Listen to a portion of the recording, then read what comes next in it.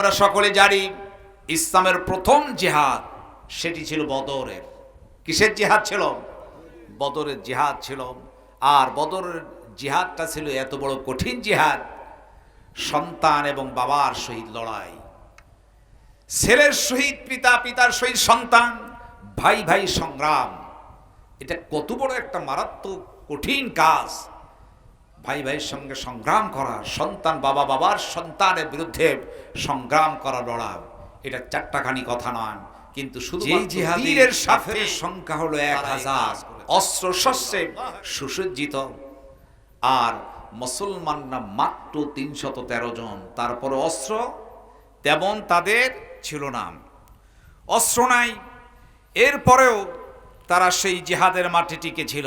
জোরে বলো আল্লাহু আকবার। মাত্র 313 জন সাহাবীর মধ্যে অস্ত্র ছিল 13টি। কয়টি অস্ত্র ছিল?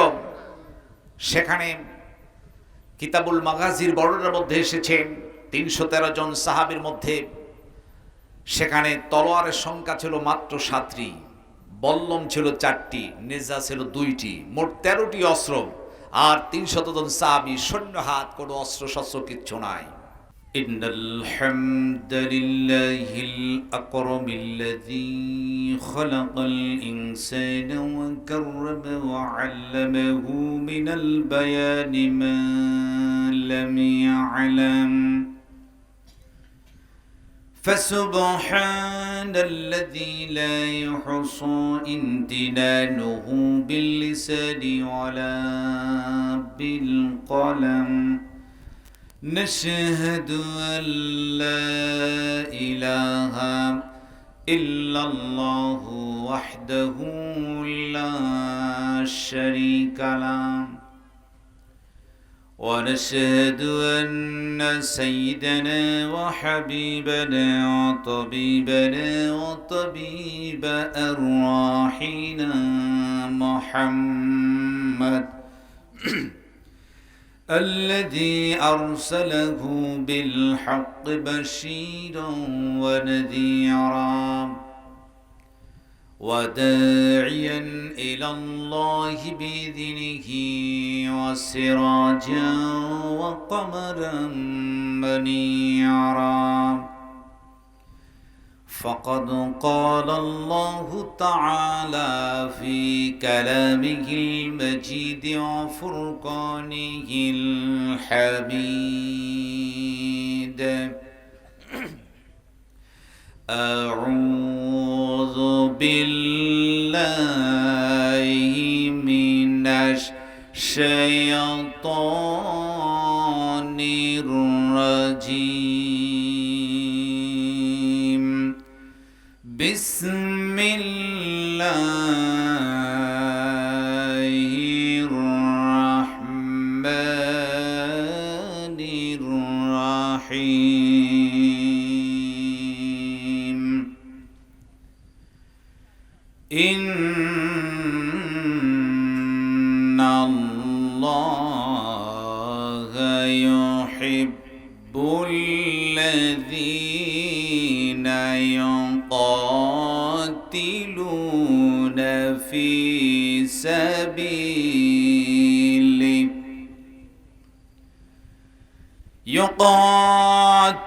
يقاتلون في سبيله صفا كأنهم بنيان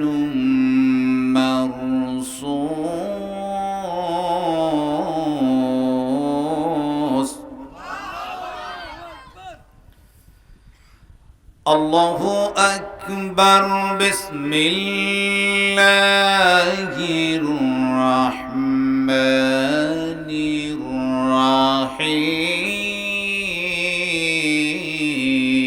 الرحيم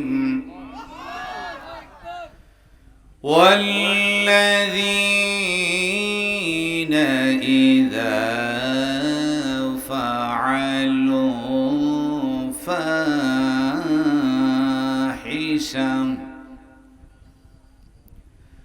والذين إذا فعلوا فاحشة فاحشة أو ظلموا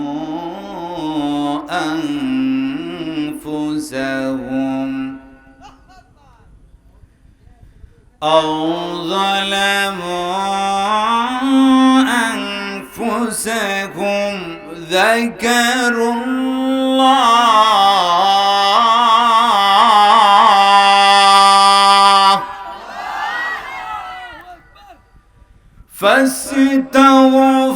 فاستغفروا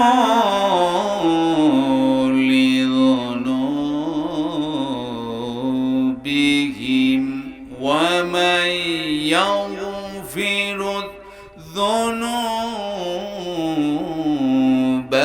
إلا الله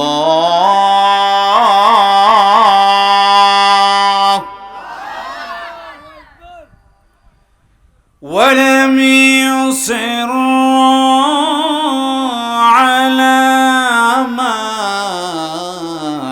فعلوا وهم يعلمون.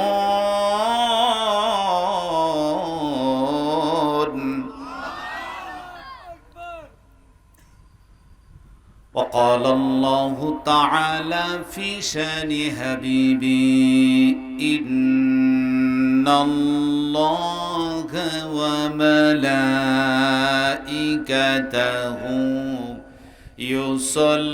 يصلون على النبي يا أيها الذين آمنوا صلوا عليه وسلموا تسليما اللهم صل على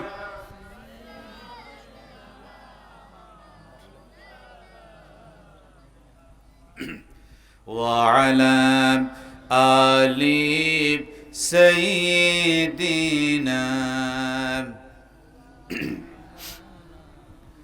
জোরে সরে মহব্বতের সহিত প্রাণ উজাড় করে রাসূলের শানে আল্লাহুম্মা সাল্লি আলা সাইয়্যিদিনা মাওলানা মুহাম্মদ ওয়া আলা আলি সাইয়্যিদিনা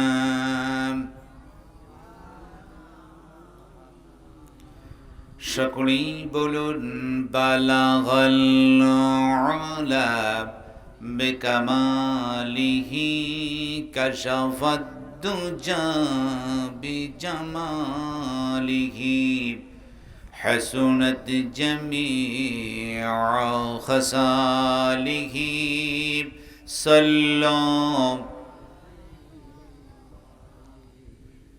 ফুলাই ফুল তো बुलबुल का तरन्नुम भी न हो जब दहर में कलियों का तबस्सुम भी न हो बलागल उला बिकमालिही कशफत दुजा बिजमालिही حسنت جميع خصاله صلوا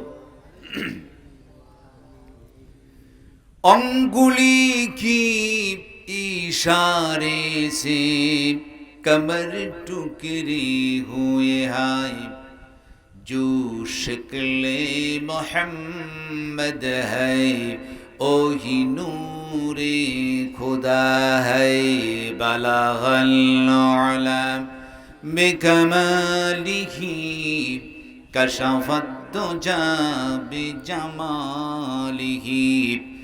हसनत जमीउ खसालिही सल्लम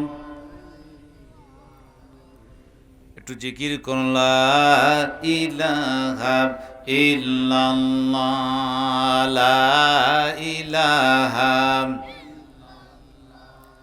প্রাণ খুলে জবান খুলে আল্লাহর ডাকুন সুবহানাল্লাহ ওয়ালহামদুলিল্লাহ।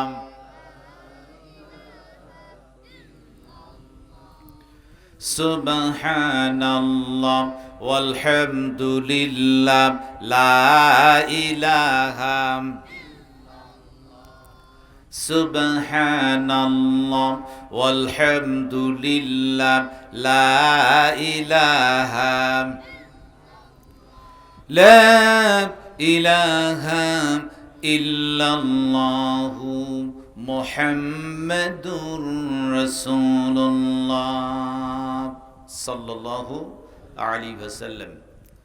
উপস্থিত পাবনা জেলার ঈশ্বরদী থানার অন্তর্গত চাঁদপুর মধ্যভাড়া গ্রামবাসী কর্তৃক আয়োজিত আজকের ঐতিহাসিক দোয়া এবং তাফসির মাহফিলের সম্মানিত সভাপতি জনাব মোহাম্মদ মুসলিম উদ্দিন মাস্টার সাহেব, আজকের মাহফিলের অতিথিবৃন্দ, বিশেষ করে আমার পূর্বক্ষণ পর্যন্ত যিনি আলোচনা রেখে ধন্য করেছেন, আপনাদের খুবই পরিচিত ব্যক্তি, বিশিষ্ট ইসলামী চিন্তাবিদ, মুফাসসির কোরআন, বলিষ্ঠ কণ্ঠস্বর হযরত আল্লামা মাওলানা সাইফুল ইসলাম সাহেব মুদ্দাজিল আলিম। আলোচনা রেখে ধন্য করেছেন অত্র এলাকার কৃতি সন্তান, বিশিষ্ট আলেম দ্বীন হযরত আল্লামা মাওলানা শেখ আবু হানিফ সাহেব মুদ্দাজিল আলী সহ দিগার উলামায়ে কেরাম, সম্মুখে বসা মুরব্বিয়ানে কেরাম, তরুণ যুবক ভাইরা, বিশেষ আকর্ষণ পর্দার আড়ালে বসে থাকা দিনদার পরহেজগার মা ও বোনেরা, সকলের প্রতি আন্তরিক সালাম। আসসালামু আলাইকুম ওয়া রাহমাতুল্লাহি ওয়া বারাকাতুহু। মহান তাবারক তাআলার দরবারে শুকরিয়া আদায় করছি যে মহান জাল্লা শানুহু, যিনি দয়া করে মেহেরবানি করে আজকের এই কোরআনুল কারীম মাহফিলে এসে বসার সুযোগ করে দিয়েছেন। যে রব, যে স্রষ্টা, যে রিজিক দাতা, যে আইন দাতা, যে বিধান দাতা, আমাদের মনি, যিনি তার নিয়ামত দিয়ে বাঁচিয়ে রেখে সুন্দর একটি পরিবেশে তথা দুনিয়ার জান্নাতে বসার তৌফিক এনায়েত করেছেন, সেই বাড়ির দরবারে প্রাণ খুলে জবান খুলে শুকরিয়া আদায় করছি, পড়ে নিচ্ছি আলহামদুলিল্লাহ। লাখ কোটি দরুদ সালাম বর্ষিত হোক বিশ্ব মানবতার মুক্তি দিশারি তামাম শিক্ষকের শিক্ষক, যিনি হচ্ছেন নির্যাতিত নিপীড়িত মানবতার বন্ধু সৈয়দুল মুরসালিন খাতাবুন নবীন, যে রসুল, যে নেতা, এমন একটি সময় পৃথিবীতে আগমন করেছিলেন যখন গোটা বিশ্ব আইয়ামে জাহিলিয়াত, অন্ধকারের যুগ বলা হতো। মানুষে বাড়াবাড়ি, কাটাকাটি, রাহাজানি, ব্যভিচার আর সন্ত্রাসেতে লিপ্ত ছিল। নারীদের কোনো ইজ্জত ছিল না। কন্যা সন্তান জন্মগ্রহণ করলে জীবিত কোরবানি কবর দেয়া হতো। সেই নবীর প্রতি ভক্তি ভরে মহাব্বতের সহিত আমরা দরুদ প্রেরণ করছি, যে রসুল, যিনি হাত ধরে মানুষকে সৎ পথ দেখালেন, সেই নির্যাতিতা নিপীড়িতা মা বোনদেরকে সম্মানের আসরে বসিয়ে দিলেন, সেই নবীর প্রতি দরুদ পড়ছি, সকলেই পড়ে দিচ্ছি সাল্লাল্লাহু আলাইহি ওয়াসাল্লাম। আলোচনার সূচনাতেই আমি আপনাদের কাছে জানতে চাই যে রব, যে স্রষ্টা, যিনি আমাদেরকে আজকে পৃথিবীর শ্রেষ্ঠ একটি মাজলিস কোরআনুল কারীমের মাহফিলে এসে কিছু সময়ের জন্য আলোচনা শোনার সুযোগ করেছেন, বসতে পেরেছেন, এজন্য সকলেই খুশি না বেজার? আর একটু জোরে বলতে, খুশি না বেজার? কোরআনুল কারীম মাহফিলে বসলে লস না লাভ? কম না বেশি লাভ? শেষ পর্যন্ত থাকতে সকলে কি রাজি আছি? বলেন ইনশাআল্লাহ। চেষ্টা করব খুব সংক্ষেপে শেষ করার জন্য, বেশি লম্বা চড়া হবে না ইনশাআল্লাহ। আশা করেছি যে 11:30টার মধ্যেই শেষ করবো ইনশাআল্লাহ। তো মহান তাবারক তাআলা, যিনি আজ আমাদেরকে পৃথিবীর শ্রেষ্ঠ একটি মাজলিস, শ্রেষ্ঠ কিতাব, মহাগ্রন্থ আল কোরআনুল কারীম থেকে আলোচনা শোনার সুযোগ তিনি করে দিয়েছেন। আমি সূরাতুস সফ থেকে 4 নম্বর আয়াতে কারিমা তেলাওয়াত করেছি, এরপর সূরা আলে ইমরানের 135 নম্বর আয়াতে কারিমা তেলাওয়াত করেছি। এর ওপরই সংক্ষেপে কিছু আলোচনা করে আখিরি দোয়া করব ইনশাআল্লাহ। এখন যে কোরআনুল কারীম থেকে কোরআনের আয়াতে কারিমা তেলাওয়াত করেছি, সে কোরআনুল কারীমের মর্যাদা, শ্রেষ্ঠত্ব এত আল্লাহ বেশি করেছেন যে কোরআনুল কারীম স্বয়ং আল্লাহ পাক সুবহানাহু ওয়া তাআলা তিনি নাজিল করেছেন, যে কিতাবের মধ্যে কোনো প্রকার সন্দেহ বা ভুল নেই। কারণ আল্লাহ পাক প্রথমেই তিনি চ্যালেঞ্জ করে বলেছেন, যালিকাল কিতাবু লা রাইবা ফি, এটা এমন একটি কিতাব যার মধ্যে কোনো প্রকার সন্দেহ নেই। যেই কিতাবের কোনো সন্দেহ নাই, সে কোরআনুল কারীম থেকে আলোচনা করব আমরা ইনশাআল্লাহ। আমরা এমন একটি পরিস্থিতিতে উপনীত হয়েছি, রাসূল পাক সাল্লাল্লাহু আলাইহি সাল্লাম তিনি হাদিসে বর্ণনা করেছেন শেষ জামানার কথা। অসংখ্য হাদিস এসেছে, শেষ জামানাটা এমন হবে, রাসূল বলেছেন যে ওই যুগে মানুষের ঈমানটা এত দুর্বল হয়ে যাবে, যেমন কচুর পাতার উপর পানি থাকে না, একটু হাওয়া দিলেই পড়ে যায়। সকালবেলা ঈমান থাকবে, সন্ধ্যায় বেঈমান হয়ে যাবে। সন্ধ্যায় ঈমান আছে, সকালবেলা দেখা যায় সে বেঈমান হয়ে গেছে। রাসূল বলেছেন ওই যুগে শেষ জামানায় ঈমানের উপর টিকে থাকা তার জন্য এত কঠিন হয়ে যাবে যে জ্বলন্ত আগুনের টুকরা হাতের তালুর উপর রাখা যেমন কষ্টদায়ক, তার চাইতে বেশি কষ্ট হবে ঈমানের উপর মানুষ টিকে থাকা। আল্লাহ পাক এর মধ্য দিয়েও আমাদেরকে কোরআন সুন্নাহ ভিত্তিক চলার সুযোগ করে দিয়েছেন। আর একবার শুকরিয়া আদায় করি, বলি আলহামদুলিল্লাহ। তবে আমার ভাইরা, এটাও সত্য, মহান তাবারক তাআলা তিনি আমাদেরকে মুসলমান বানিয়েছেন। আর মুসলমানদের ব্যাপারে আল্লাহ পাক বলেছেন, যারা হবে মুমিন, যারা হবে মুসলমান, তাদের মর্যাদা, তাদের হিম্মত, তাদের সাহস আল্লাহ পাক তিনি নিজেই দিয়েছেন। সুবহান। কারণ মুসলিম জাতির ইতিহাস যদি আমরা পড়ি, যতগুলি মুসলমানদের ইতিহাস রয়েছে, এই ইতিহাসে দেখা যায় মুসলিম জাতি হচ্ছে একমাত্র শ্রেষ্ঠ জাতি। কারণ এদের ভিতরে আছে একমাত্র আল্লাহর ভয়। আল্লাহকে ছাড়া মুমিন আর কাউকে কখনো ভয় করে না। এখন মুমিন যদি সেইভাবে কাজ করে, আমি সূরা সফের যে ৪ নম্বর আয়াতে কারিমা তেলাওয়াত করেছি, এর মধ্যে আল্লাহ পাক যেটা বোঝাচ্ছেন, আল্লাহ রাব্বুল আলামিন বলেন, ইন্নাল্লাহা ইউহিব্বুল্লাযীনা ইউকাতিলুনা ফী সাবিলিহি সাফফান কাআন্নাহুম বুনিয়ানুম মারসুস। জোরে বলুন আল্লাহু আকবার। আমার আল্লাহ, আমার রব, তিনি বর্ণনা করেন, ইন্নাল্লাহা, নিশ্চয়ই আল্লাহ, ইউহিব্বুল্লাযীনা, ওদেরকেই ভালোবাসেন। নিশ্চয় আমার রব, আমার আল্লাহ ভালোবাসেন, একমাত্র তাদেরকে ভালোবাসেন, আল্লাযীনা ইউকাতিলুনা ফী সাবিলিহি। আল্লাহ বলছেন আমি তাদেরকে ভালোবাসি যারা কি করে, ইউকাতিলুনা ফী সাবিলিহি, যারা সংগ্রাম করে আল্লাহর রাস্তায়, দ্বীনের পথে সংগ্রাম করে, জিহাদ করেন। কিভাবে করে? সাফফান কান্নাহুম বুনিয়ানুম মারসুস, সীসা ঢালা প্রাচীরের মতো ঐক্যবদ্ধ হয়ে আল্লাহর পথে, দ্বীনের পথে সংগ্রাম করে। জোরে বল সুবহানাল্লাহ। আল্লাহ বলছেন আমি তাদেরকেই ভালোবাসি। তার কারণ ওয়াতাসিবু বিহাবলিল্লাহি জামিআ, আল্লাহ পাক বলছেন তোমরা আল্লাহর রজ্জুকে শক্ত করে ধরো, ওয়ালা তাফাররাকু, পরস্পর তোমরা বিচ্ছিন্ন হয়ে যেও না।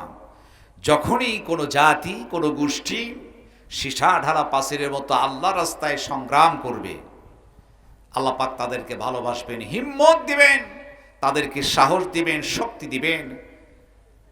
যার কারণ আমরা দেখেছি এভাবেই যারা সীসা ঢালা পাচিরের মতো কাজ করেছে, আল্লাহ তাদেরকে বিজয় দিয়ে দিয়েছেন। সুবহান। তাহলে আল্লাহ তো মুসলমানদেরকে বিজয় দিবেন। যদিও ইহুদিদের চক্রান্ত, যদিও বেজাতিদের ষড়যন্ত্র রয়েছে, সমস্ত ষড়যন্ত্র বেড়ার ডালকে ভেঙ্গে চরমার করে দিয়ে মুসলমানে বারবার করে ইসলামের বিজয় ছিনিয়ে এনেছে। সুবহান। আমরা জানি ইসলামের যে বিজয় হয়েছে, আমরা সকলে জানি ইসলামের প্রথম জিহাদ সেটি ছিল বদরের। কিসের জিহাদ ছিল? বদরের জিহাদ ছিল। আর বদরের জিহাদটা ছিল এত বড় কঠিন জিহাদ, সন্তান এবং বাবার সহিত লড়াই, ছেলের সহিত পিতা, পিতার সহিত সন্তান, ভাই ভাই সংগ্রাম। এটা কত বড় একটা মারাত্মক কঠিন কাজ, ভাই ভাইয়ের সঙ্গে সংগ্রাম করা, সন্তান বাবা বাবার সন্তানের বিরুদ্ধে সংগ্রাম করা, লড়া। এটা চারটাখানি কথা নয়, কিন্তু শুধুমাত্র দ্বীনের স্বার্থে তারা এ কাজ করেছেন। জোরে বলো আল্লাহু আকবার। এরপর মহান আল্লাহ পাক সুবহানাহু ওয়া তাআলা তিনি মুসলমানদেরকে বিজয় করে দিয়েছিলেন। জোরে বলো সুবহানাল্লাহ। আবার ভাইরা, এই যে মুসলমানদের বিজয় হলো, এমন বিজয় আল্লাহ পাক দিয়েছেন আমরা জানি, যে ইতিহাস সকলের জানা, যেই জিহাদে কাফেরের সংখ্যা হলো 1000, অস্ত্র শস্ত্রে সুসজ্জিত, আর মুসলমানরা মাত্র 313 জন। তারপরে অস্ত্র তেমন তাদের ছিল না, অস্ত্র নাই, এরপরেও তারা সেই জিহাদের মাঠে টিকে ছিল। জোরে বলো আল্লাহু আকবার। মাত্র 313 জন সাহাবীর মধ্যে অস্ত্র ছিল 13টি। কয়টি অস্ত্র ছিল? সেখানে কিতাবুল মাগাজির বর্ণনার মধ্যে এসেছেন 313 জন সাহাবীর মধ্যে সেখানে তলোয়ারের সংখ্যা ছিল মাত্র 7টি, বল্লম ছিল 4টি, নেজা ছিল 2টি, মোট 13টি অস্ত্র। আর 300 জন সাহাবী শূন্য হাত, কোনো অস্ত্র শস্ত্র কিচ্ছু নাই, কিছুই নাই।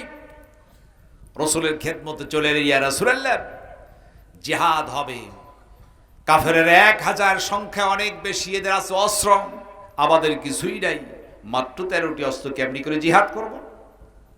রাসূল বলেন, আমার সাহাবীরা চিন্তা করো না, তোমরা যাও খেজুর গাছ থেকে ডাল কেটে আমার সামনে হাজির করে দাও। জোরে বলো আল্লাহু আকবার।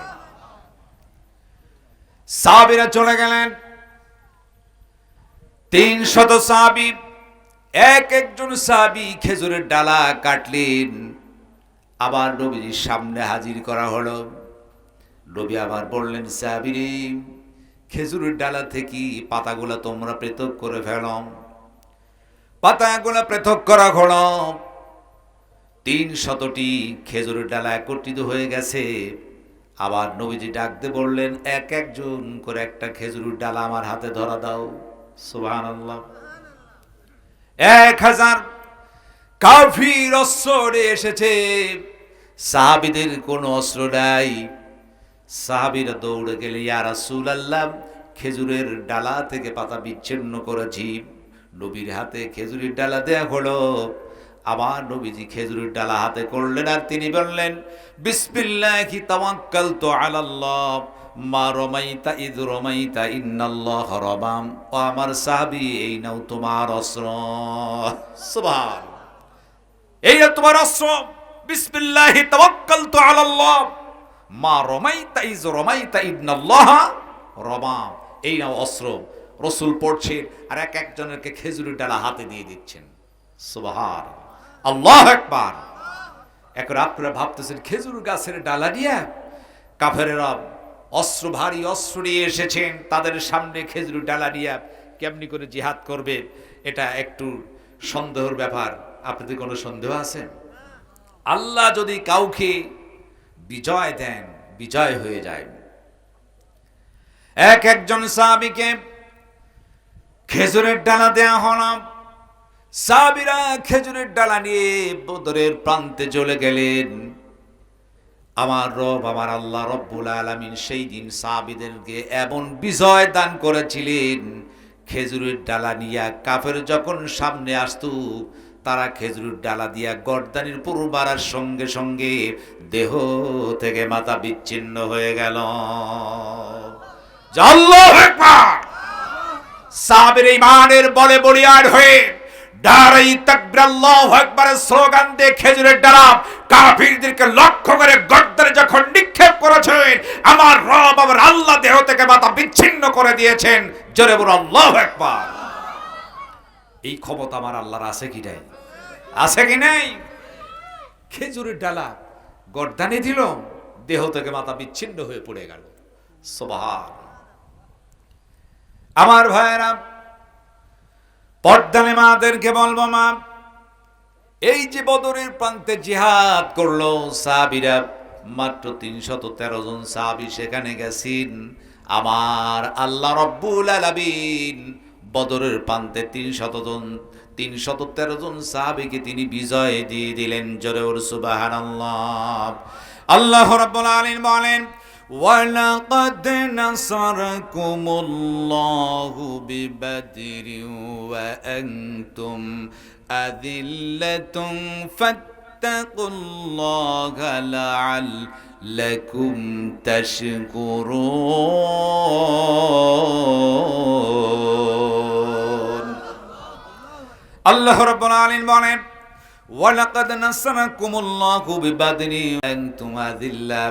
আমার রব আমার আল্লাহ বলেন, বদরের প্রান্তে আমি বিজয় দিলাম, সাহায্য করলাম। বদরের প্রান্তে যে সাহাবীরা জিহাদের মাঠে এলাম আল্লাহর জমিনের দিন প্রতিষ্ঠার জন্য, হক আর বাতিলের জিহাদ, আমার আল্লাহ বলেন বদরের প্রান্তে সাহায্য করলাম। কারণ ওয়া আনতুম আযিল্লা, তারা ছিল দুর্বল ছিল, আমি আল্লাহ রব্বুল আলামিন তাদেরকে সাহায্য করেছিলাম। জোরে বলুন সুবহানাল্লাহ। বদর জিহাদ হচ্ছে সাহাবাই কেরামকে আমার আল্লাহ রব্বুল আলামিন এমন সাহায্য করলেন। এই সাহাবেরা একদিকে ছিল তারা যেমন দুর্বল, তারা তো আল্লাহর কাছে যখন সাহায্য চাচ্ছে কাকতু মিনতি ভরের পরওয়ারদিগারকে বলছে, আল্লাহ সংখ্যায় আমরা কম, অস্ত্র নাই, কাফেররা 1000 অস্ত্র শস্ত্রে সুসজ্জিত হয়ে গেছে, কেমনি করে জিহাদ করব। আমার রব আমার আল্লাহর কাছে সাহায্য যখন চাইলেন, মুসলমানেরা সাহাবাই কিরাম যখন সাহায্য চাচ্ছেন, আমার আল্লাহ রব্বুল আলামিন কোরআনুল কারীমের মধ্যে তিনি বর্ণনা করেন, ইয তাসতাগীসু রাব্বাকুম ফাসতাজাবা লাকুম আন্নী মুবিদ্দুকুম বিআলফিম মিনাল মালাইকাতি মুরদিফিন। সাহাবায়ে কেরাম যখন আল্লাহর কাছে এরা প্রার্থনা করতেছেন, যখন তারা তার রবের নিকট তারা যখন প্রার্থনা করতে শুরু করলো, আল্লাহ পাক সুবহানাহু ওয়া তাআলা বলে, আমি তখন কি করলাম, তাদের প্রার্থনাকে মঞ্জুর করে নিলাম। জোরে বলুন সুবহান। শুধু মঞ্জুরি করলাম না, আমি আল্লাহ পাক কি করলাম, আমি তাদের জন্য 1000 ফেরেশতা নাজিল করে দিলাম। জোরে বলুন সুবহান। একদিকে 313 জন সাহাবী, আর একদিকে কাফেরেরা ছিল 1000, কাফেরেরা 1000, ফেরেশতা এলো 1000, তাহলে সমান সমান মাঝখান দিয়া 313 জন সাহাবীরা ছিল বোনাস। জোরে বলুন সুবহান। ফেরেশতারা আসলো কাতারে কাতার, খণ্ডিত আকারে দলে দলে একের পর এক ফেরেশতা আসতেই শুরু করলো। জোরে বলুন আল্লাহু আকবার। আমার ভাইরা, ফেরেশতারা যখন নাজিল হন, আমার রব ফেরেশতা দিয়ে যখন সাহায্য করলেন, ফেরেশতারা কাতারবদ্ধভাবে যখন বদরের প্রান্তে আসতেছিল, যখন বদরের প্রান্তে আসলো আমার রব আমার আল্লাহ রব্বুল আলামিন সঙ্গে সঙ্গে ফেরেশতাদের প্রতি ওহী করলো। আবার আল্লাহ বলেন, ইয ইউহি রাব্বুকা ইলাল মালাইকাতি আন্নী মাআকুম ফাসাব্বিতুল্লাযীনা আমানু سألقي في قلوب الذين كفروا الرعب فاضربوا فوق الأعناق واضربوا منهم كل بنان।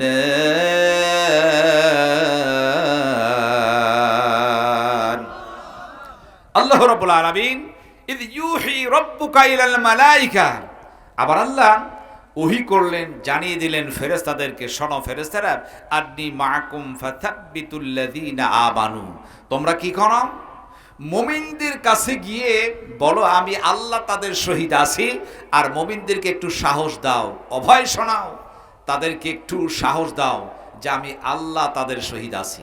জোরে বলো আল্লাহু আকবার। শুনে রাখো, আমি কাফেরদের অন্তরে ভীতির সঞ্চয় করে দিব, আমি ভয় সৃষ্টি করে দেব, আর তোমরা একটি কাজ করবে, তোমরা চাইবে মুমিনদেরকে একটু সাহস দিবা, আর সেই সঙ্গে কি করবে, কুল্লা বানান, তাদেরকে এমন বানানে বানাবা, তোমরা কি করবে, ওই কাফিরদেরকে ধইরা তোমরা হাতে এবং পায়ের আঙ্গুলের উপর আঘাত করতে থাকবে। জোরে বলো আল্লাহু আকবার। ফেরেশতারা এলো, এক একজন কাফেরের হাতের উপর, পায়ের উপর, আঙ্গুলের উপর তারা আঘাত করতে শুরু করলো। জোরে বলো সুবহান। তাদেরকে ধরাশায়ী করলেন, ফেরেশতারা সাহায্য করলেন। সুবহান। কারণ আমার আল্লাহ যদি সাহায্য করেন, বিজয় অবশ্যই 100% মুসলমানদের হয়ে যায়। কথা বলে ঠিক কিনা? আর মুসলমানদের তো বিজয় আল্লাহ দিবেন, তিনি 100% বলে দিয়েছেন, লা খাউফুন আলাইহিম ওয়া লা হুম ইয়াহজানুন, কোনো ভয় নাই, কোনো চিন্তা নাই। সুবহান। এই জন্য আমার ভাইরা, বদরের জিহাদ হলো, এই জিহাদে দেখা গেল মাত্র 313 জন সাহাবী ইসলামের বিজয় ছিনিয়ে আনলেন। কারণ মুসলিম জাতি এরাই ছিল সিংহের জাতি, বীরের জাতি। মুসলিম জাতি জীবন দিতে রাজি, এরা জেল খাটতে রাজি, ফাঁসির কাস্টে ঝুলতে রাজি আছে, বাতিল শক্তির কাছে মাথা নত করে না। সুবহানাল্লাহ, আল্লাহু আকবার। এরা জীবন দিবে, জেল খাটবে, ফাঁসির কাস্টে ঝুলবে, বাতিল শক্তির কাছে কখনো মাথা নত করবে না। কথা ঠিক কিনা? সেই জাতি হচ্ছে মুসলমান। আজ পুরা কপাল, মুসলমান আমরা এখনো পর্যন্ত বুঝতে পারলাম না। আমার ভাইয়েরা দেখেন, মুসলমানদের কি বিজয়, ইতিহাস আমাদের ভোলা যাবে না।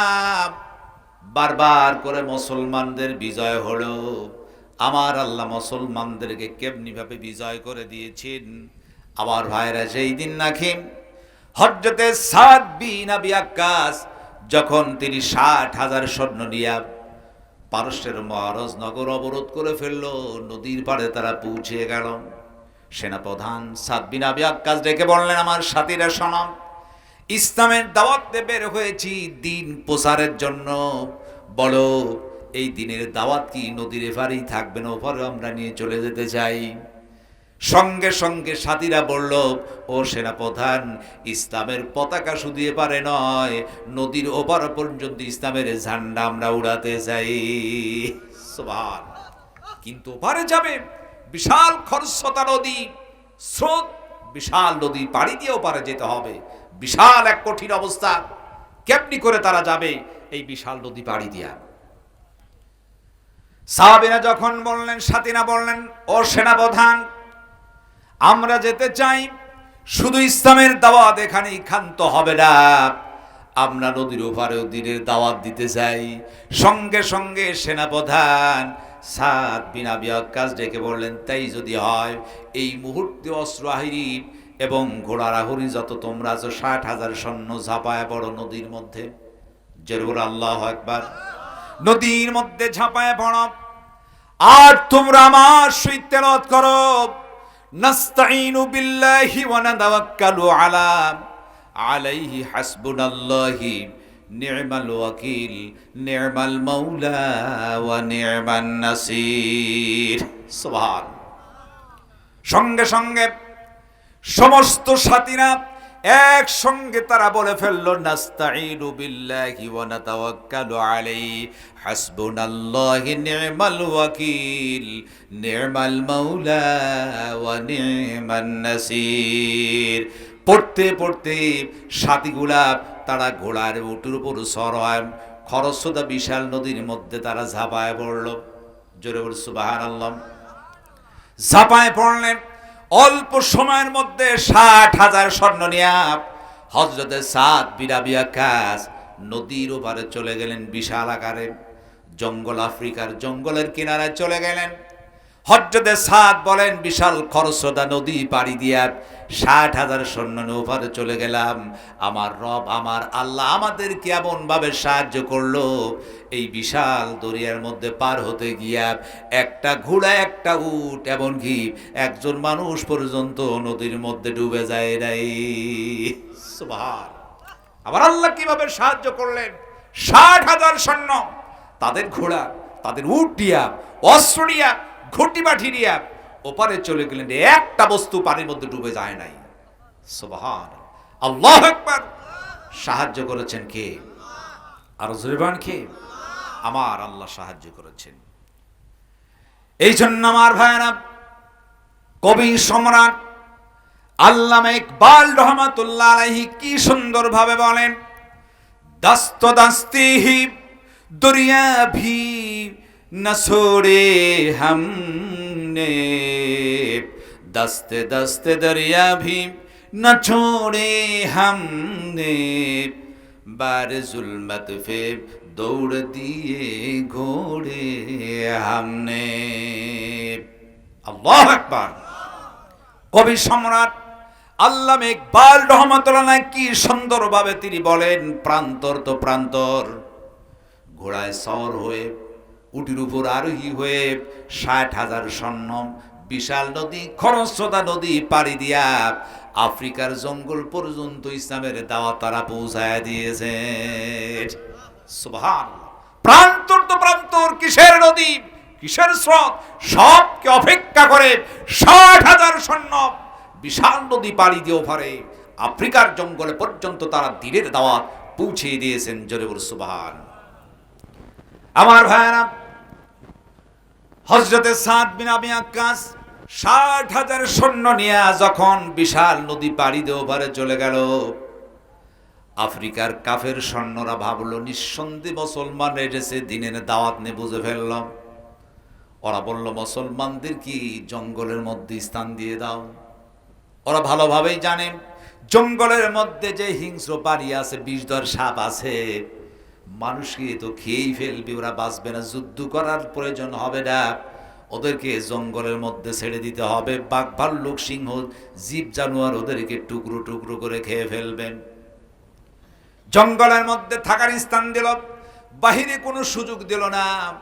মজদুম মুসলমানের মতো অসহায় হয়ে হযরতে সাদ রাদিয়াল্লাহু আনহু তার সৈন্যদেরকে নিয়ে অবশ্যই জঙ্গলেই থাকতে হলো। হযরতে সাদ বলেন, আমাদের স্থান হলো না, আমরা মুসলমান, জঙ্গলের মধ্যে দিল জীব জানোয়ারের মধ্যে শরম।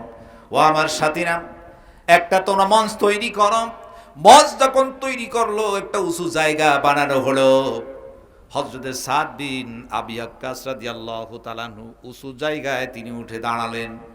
উঁচু জায়গায় উঠে দাঁড়ালেন আর তিনি হিংস্র পানির দিকে লক্ষ্য করে ডাক দিয়ে বললেন, ইয়া আইয়ুহাল হাশারু ওয়াসসিবাউ নাহনু আসহাবু রাসূলুল্লাহি সাল্লাল্লাহু আলাইহি ওয়াসাল্লাম ফারজিউ ফাইন্না নাযিরু ফামান ওয়াজাদনা বা'দাহু কাতালনাহু। ওরে হিংস্র পানির শোনো, আফ্রিকার জঙ্গলে যত হিংস্র বাড়ি আছো, আমরা হচ্ছি নবীর সাহাবী, দ্বীনের দাওয়াত নিয়ে আফ্রিকার জঙ্গলে এসেছি। আল্লাহ জমিনে দিন প্রতিষ্ঠার জন্য বিশাল খরস্রোতা নদী পাড়ি দিয়ে এবারে এসেছি ইসলামের ঝান্ডা উড়াবো বলে। আমরা যখন এসেই পড়েছি, ও প্রাণীরা সরো, তোমরা এখান থেকে চলে যাও, যদি এখানে ছেড়ে না চলে যাও তোমাদেরকে হত্যা করে দেয়া হবে। সুবহান। কি মুসলমানদের সাহস! হিংস্র প্রাণীদেরকে ডেকে বলছেন, এই জঙ্গল থেকে তোমরা বের হয়ে যাও, আর জঙ্গল থেকে যদি বের না হও, দেখছো তলোয়ার, ফাইসালা হবে, তলোয়ার দিয়ে তোমাদেরকে কেটে কেটে টুকরো করা হবে।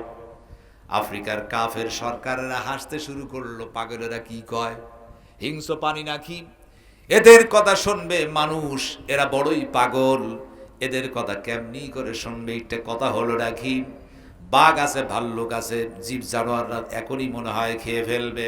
ওরা মুসকি মুসকি হাসছে, বারবার চিন্তা করছে মুসলমানেরা বোকা, কারণ এখনো যারা বিজাতি আছে, কাফের মুশরিক ইহুদি, এরা সর্বদা ভাবে মুসলমান জাতি হচ্ছে বোকার জাতি।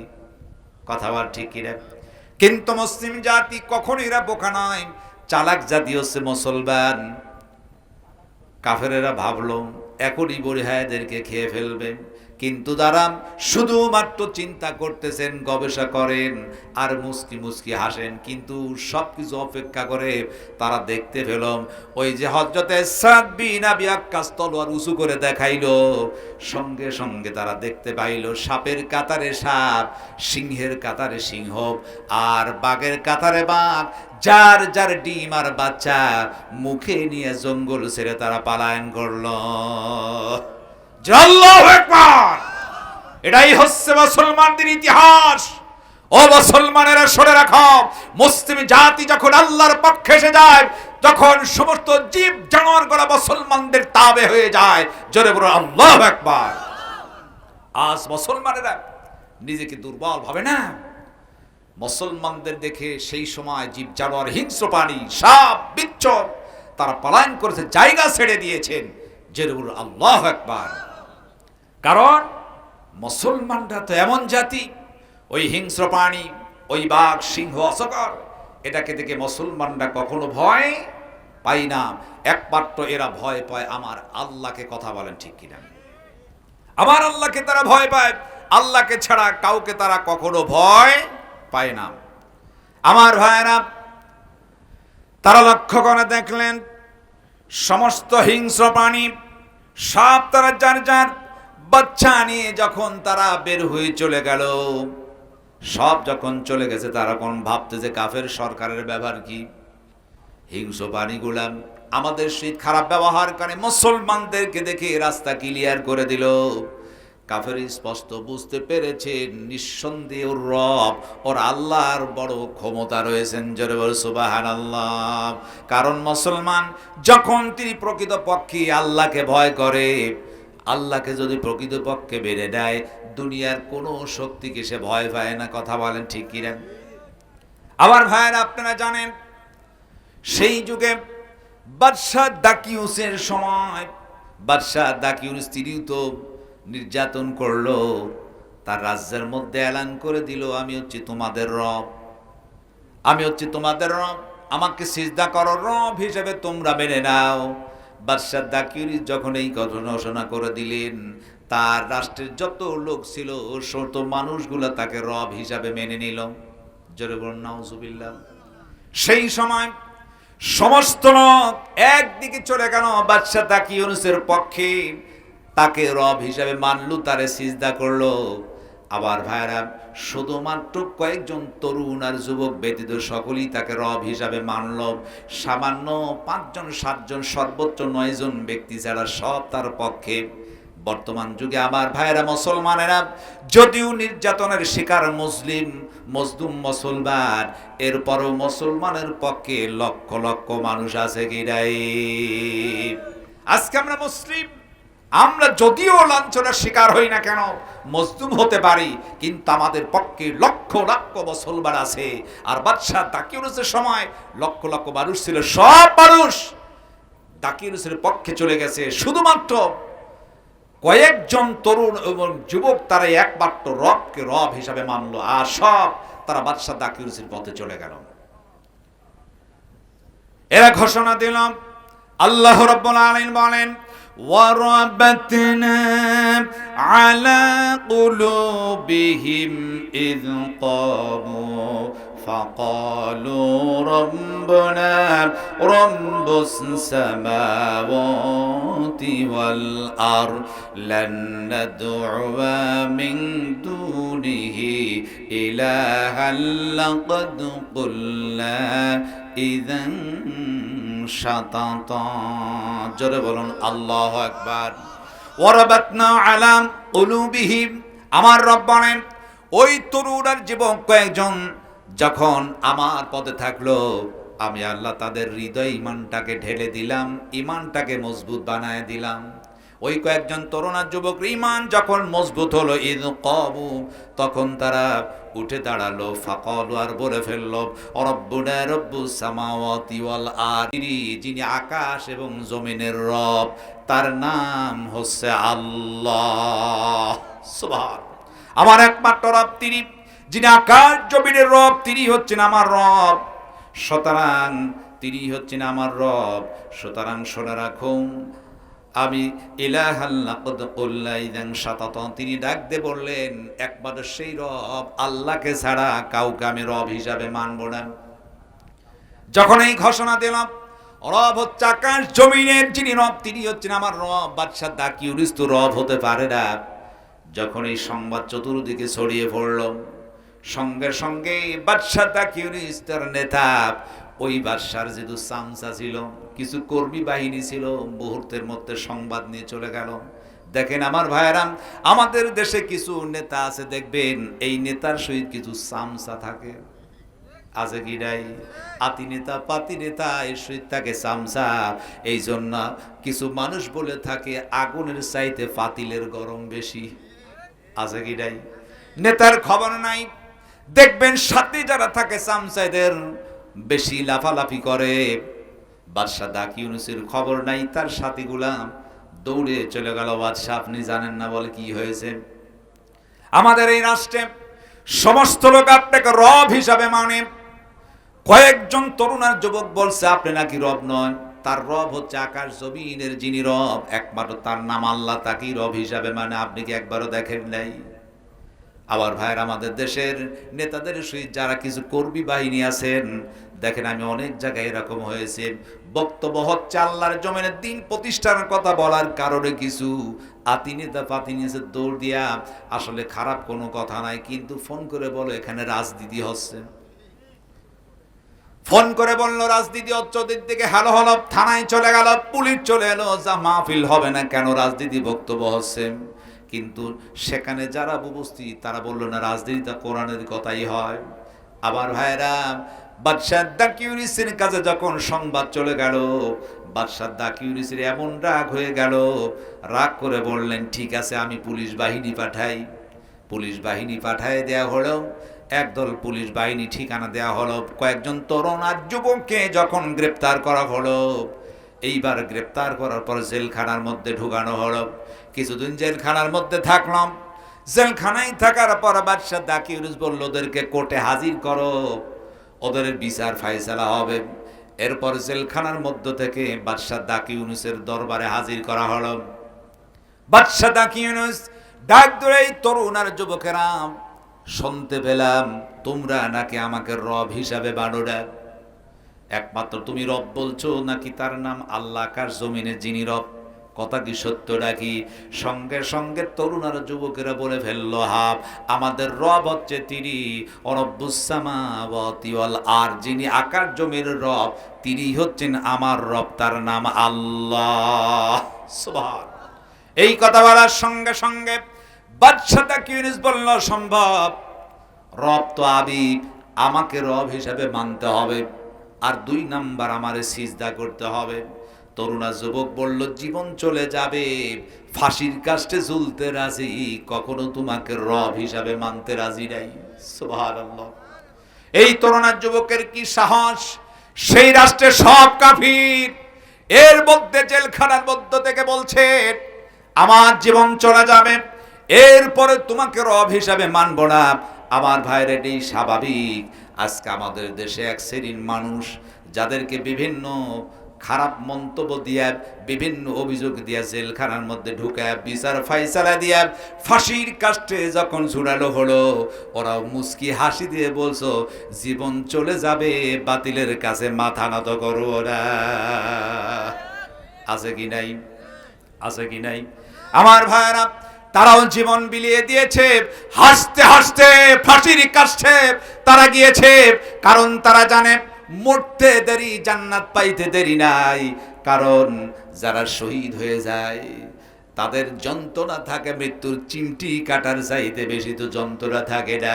মরতে দেরি, জান্নাত পাইতে দেরি নাই, যেন একটা ব্রিজ এবার ওপারে যাওয়ার সঙ্গে সঙ্গে জান্নাতে পৌঁছে যায়। সুবহানাল্লাহ।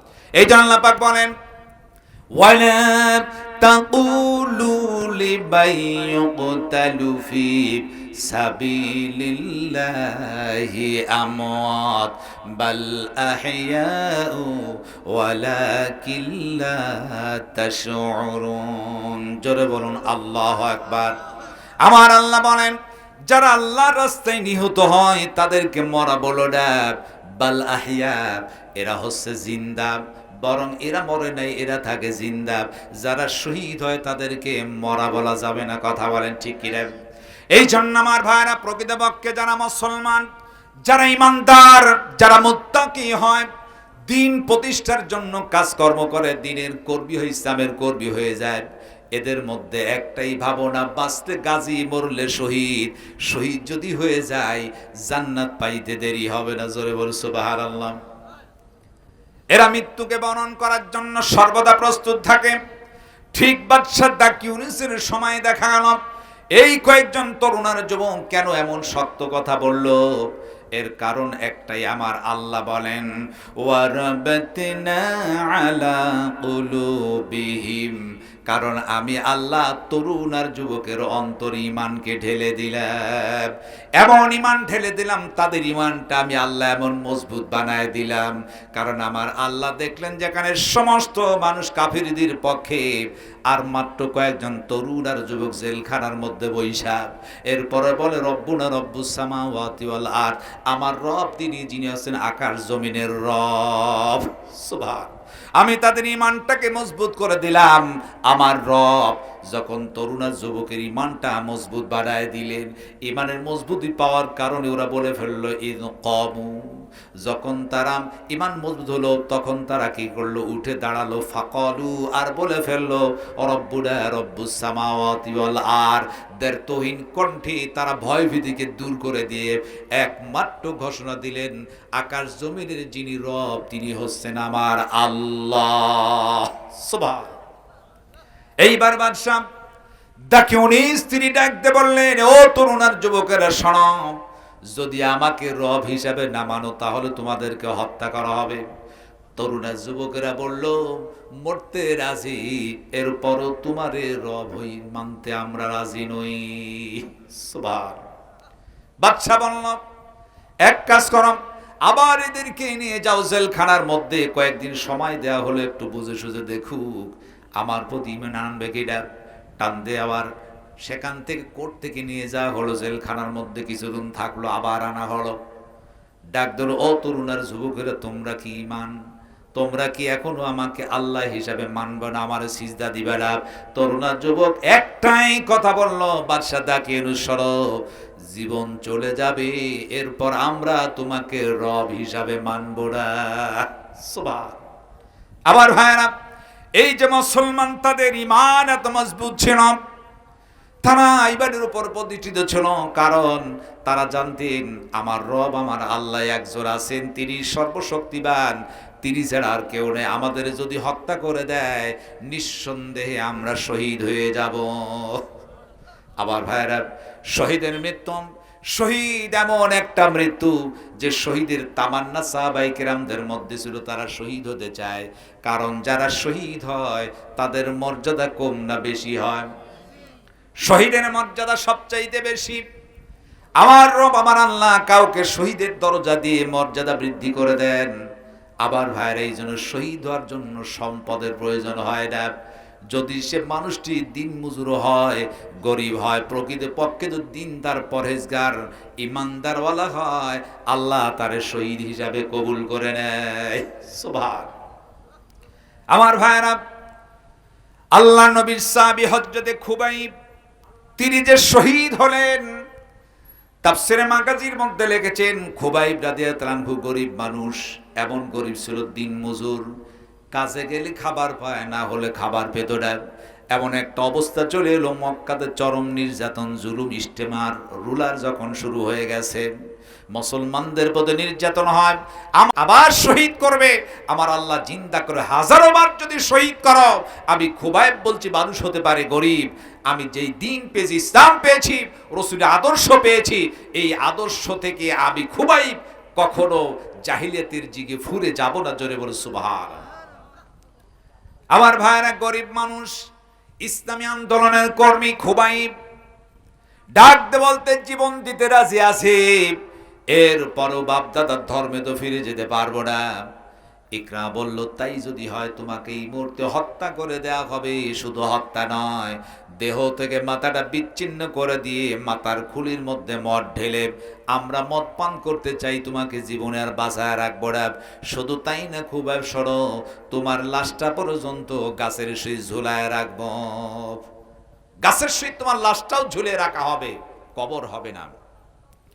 আমার ভাইরা, হযরতে খুবাইবের হাত এবং পা যখন রশিদে বেঁধে ফেলা হলো, এরপর ডাকতে বলল, ও খুবাইব শোনো, এখনই তোমার হত্যা করা হবে, শেষ মুহূর্তে কিছু কি চাও রাখি, যদি চাও আবেদন করতে পারো, সুযোগ দেয়া হবে। আমার ভাইরাম, ফাঁসির কাস্টে যখন নিয়ে যাওয়া হয়, ফাঁসির আসামিদেরকে একটা সুযোগ দেওয়া হয়, কার কি চাওয়া পাওয়া আছে নাকি। খোবাইব তিনি মুস্কি মুস্কি হাসছেন আর ডেকে বলে, আমাকে শহীদ করে দিবে, সমস্যা নাই, কি আর চাইব শোনো, কিচ্ছু চাওয়া নাই পাওয়া নাই, শুধুমাত্র 2 রাকাত নফল নামাজের সময় আমারে দিয়ে দাও। সুবহান, আমার রব আল্লাহর সহিত একটু সম্পর্ক করতে চাই, 2 রাকাত নফল নামাজের সুযোগ আমারে করে দাও। খোবাইব বললাম, খোবাইবকে বলা হলো, খোবাইব ঠিক আছে, তোমার রব তোমার আল্লাহ দেখি কি করতে পারে, ও আমার সাথীরা হাত এবং পায়ের রশিটা খুলে দাও। আবার ভাইরা, খোবাইব একজন গরিব মানুষ, হাতে এবং পায়ের রশিটা খুলে দেওয়া হলো। বলে, দেখি কি করতে চাও, নামাজ পড়ো দেখি। তাই মম বানায়া হযরত খোবাইব তিনি জমির উপর 2 রাকাত নামাজ পড়ে তিনি চোখের পানি ছেড়ে কেঁদে কেঁদে বলে, আল্লাহ আমারে শহীদ করে দিবে, আমার ভাগ্যটি ভালো হবে, কারণ আমার লাশের মর্যাদা সবচাইতে বেশি হয়ে যাবে। আয় আল্লাহ তাআলা, তোমার কাছে একটাই প্রার্থনা, 2টি তোমার কাছে দাবি। 1 নাম্বার দাবি হলো, আমি তো শহীদ হয়ে যাব, আর আমি জানি শহীদের লাশের মর্যাদা সবচাইতে বেশি। আমি শহীদ হয়ে গেলে এই কাফেররা যেন আমার শহীদের লাশের সহিত খারাপ ব্যবহার না করেন, কারণ ওরা বলছে আমার দেহ থেকে মাথা বিচ্ছিন্ন করে আমার লাশটা গাছে ঝুলাবে। আল্লাহ, শহীদের লাশটা তুমি ঠিক রেখো, বিয়াদবি যেন না করে। 2 নাম্বার আমার আবেদন হলো, আমার নবী যার আদর্শের উপর টিকে আছি, নবী আছেন মদিনায়, আল্লাহকে সংবাদ পৌঁছে দেব, সামান্য একজন গোলাম গরিব মানুষ, শেষ সময় পর্যন্ত রসুলের আদেশের উপর বাস্তবায়িত করেই আমি জীবন দিয়েছি, সংবাদ পৌঁছে দিও। জোরে বল সুবহানাল্লাহ। দোয়া কমপ্লিট হয়ে গেছে, আমার রব আমার আল্লাহর দরবারে মঞ্জুর হইতে দেরি হয় নাই। সুবহান, কারণ আল্লাহ রাব্বুল আলামিন বলেন, ইয়া আইয়ুহাল্লাযীনা আমানুস্তাঈনু বিস-সাবরি ওয়াস-সালাত ইন্নাল্লাহা মা'আস সাবিরিন। জোরে বলুন আল্লাহু আকবার। আল্লাহ রাব্বুল আলামিন বলেন, হে মুমিন, ধৈর্য এবং নামাজের মাধ্যমে আমি আল্লাহর কাছে সাহায্য চাও। আমি আল্লাহ রাব্বুল আলামিনের কাছে যদি সাহায্য চাও, সাহায্য তো মঞ্জুর করা হবে, কারণ ইন্নাল্লাহা মা'আস সাবিরিন, আমার রব তো তিনি ধৈর্যশীলদের সহিত আছেন। আবার ভাইরাম, তাহলে আল্লাহর কাছে সাহায্য চাইতে হলে 2টি কাজ। 1 নাম্বার লাগবে ধৈর্য, আর 2 নাম্বার সালাত। ধৈর্য বিপদে আপদে, জেল জরিমানায়, ফাঁসির কাস্টেও যদি ঝোলেন, সর্বদা ধৈর্য ধারণ করার দরকার আছে কি নাই? 1 নাম্বার ধৈর্য ধারণ করতে হবে, আর 2 নাম্বার নামাজ আদায় করতে হবে। এই 2টি বিনিময়ে যদি কোনো বান্দা আল্লাহর কাছে প্রার্থনা করে, আল্লাহ বলেন 100% আমি আল্লাহ তার দোয়াটা মঞ্জুর করে নেই। হযরত খোবাইবের দোয়া কমপ্লিট হলো, আল্লাহ দোয়াটা মঞ্জুর করে নিলেন। দাবার শেষ হয়ে গেল, কাফেররা হযরত খোবাইবকে শহীদ করে দিল। এইবার ইকরামা ডেকে বলল, শোনো, এই লাশটা গাছের সহিত ঝুলায় ফেলো, কারণ তিনি একজন অপরাধী, বাপ দাদার ধর্মে চুনকালি মাখলো, নতুন ধর্ম বানালো, এর লাশটা কবর হতে দিব না, নিষিদ্ধ করা হলো। আমার আল্লাহ ডাকতে বললেন, ওরে কাফেরের জাতিরা শোনো, আমার বান্দা শহীদ হয়ে গেছে, তোমাদের কাছে অপরাধীর লাশ হতে পারে, কিন্তু আমি আল্লাহর কাছে সবচাইতে মর্যাদাপূর্ণ লাশ। সুবহানাল্লাহ, যারা শহীদ হয় এদের মর্যাদা আল্লাহর কাছে এত বেশি অপরাধীর লাশ হতে পারে না। ইকরামা বলল, এই লাশ কবর হতে দেয়া যাবে না, তোমরা পাহারা দাও। 100 জন সৈন্য অস্ত্র নিয়ে গাছে খোবাইবের লাশটা ঝুলিয়ে চতুর্দিকে তারা দাঁড়ানো। যেই সাহাবী একজন গরিব ছিল, ভালো দামি খাবার নাই, দামি কোনো পোশাক নাই, যিনি কোনো অপরাধ করে নাই, সামান্য একজন ইসলামী আন্দোলনের কর্মী ছিল, দিন প্রতিষ্ঠার কাজ করেছিল, আর তাদের ভয় হয়েছিল এই খোবাইবকে নিয়ে, কারণ যারা মুসলমান হয়, ইসলামী আন্দোলনের কর্মী হয়, সে যদি ছোটও হয়, বিজেপিরা তাকে দেখে ভয় পায়। কথা বলা ঠিক কিনা? খোবাইবকে তো তারা ভয় পেয়ে গেল, অস্ত্র শস্ত্র থাকার পরেও তাকে হত্যা করলো। বলে, তোমরা পাহারা দাও, লাশ যেন মুসলমানরা নিয়ে না যায়। হযরতে খোবাইবের লাশ পাহারা দিচ্ছেন মসজিদে নববীর মধ্যে, মদিনায় নবীজি সাহাবীদেরকে নিয়ে বসা। হঠাৎ করে নবীজি আর মসজিদের মধ্যে কেঁদে ফেললেন। ছোট্ট বাচ্চার মতো ফুফিয়ে ফুফিয়ে কাঁদছেন। সাহাবীরা হুজুরের কান্না দেখে তারাও কান্না শুরু করে দিল। কান্না যখন শেষ হল, সাহাবীরা প্রশ্ন করল, ইয়া রাসূলুল্লাহ, ইয়া হাবিবাল্লাহ, হুজুর এমনি করে কাঁদলেন কেন? কোনোদিন তেমন ভাবে কাঁদতে দেখি না। নবী আবার বলে, আমার সাহাবীরা শোনো, এই মুহূর্তে সংবাদ এসেছে, ফেরেশতা জিবরিল আমিন এসে বলল, আমার গরিব সাহাবী হযরত খুবাইব তিরিয়ার দুনিয়ার বুকে নাই, কাফেরেরা তাকে শহীদ করে দিয়েছে, শুধু শহীদ করেই ক্ষান্ত হয় নাই। আমার গরিব সাহাবী খুবাইবের লাশটা তারা গাছের সেই ঝুলায় রেখেছে। ওরা ঘোষণা দিয়েছেন অপরাধীর লাশ কবর হতে দিবে না। আবার সাহাবীকে আছো, আমি নবী এই মুহূর্তে ঘোষণা দিলাম, আমার সাহাবী অপরাধী ভেবে তার কবর হতে দিবে না লাশ, আমি নবী তার লাশটিকে কবরের মধ্যে রাখতে চাই। এমন শক্তিশালী সাহাবী আছো, একবার দাঁড়াও, কোন ব্যক্তি পারবে হাজারো বেষ্টনীর মধ্য থেকে আমার সাহাবী খুবাইবের লাশটা ছিনায় আনতে পারবে? কি আছে? একটু দাঁড়াও। নবীজি যখন বললেন, সঙ্গে সঙ্গে দেখা গেল ওই অসংখ্য সাহাবীর মধ্য থেকে ছোট্ট বেটে মার্কা একজন সাহাবী, নাম ছিল হযরত আলী, দাঁড়ায় পড়লেন। ইয়া রাসূলুল্লাহ, আমার অনুমতি দেন, আমার ভাই খুবাইব গরিব মানুষ, লাশটা গাছে সে ঝোলানো, অপরাধীর লাশ বলছে, হুজুর দোয়া করেন আমি আলী পারবো শত বেষ্টনীর মধ্য থেকে অস্ত্রের মধ্যে খুবাইবের লাশটা ছিনে আপনার কাছে পৌঁছায়া দিতে। সুবহান, হুজুর আমার অনুমতি দেন।